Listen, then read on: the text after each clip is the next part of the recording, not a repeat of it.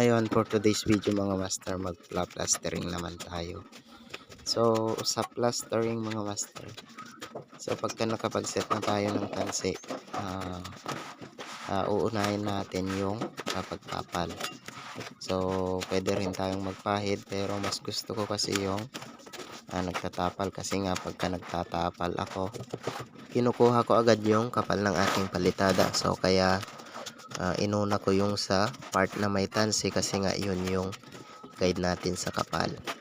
So pagka ganito yung ginawa natin mga master, ay madali lang nating matatapos yung ating ipa-plaster. So yung palang ating bintana ay sinabay na rin natin yung pagkakanto rito. So ayan, makikita nyo dito master,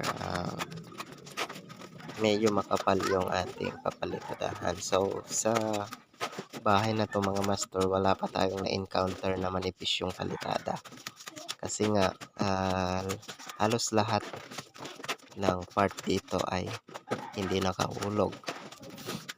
So medyo makapal yung ating papalitadahan.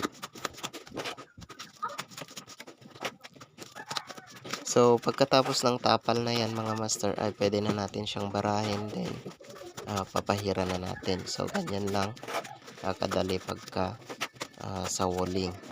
So ang magpapatagal lang dito mga master ay yung kakantuhin natin. So kailangan na natin kasing isabay para sa ganon malinis siyang tignan. So meron kasing mga mason na inuuna yung kanto or hinuhuli, which is mas maganda kung pinagsasabay. Maski hindi natin matapos ng agaran, pero mas maganda siya tignan, mas maganda yung outcome. Ayan.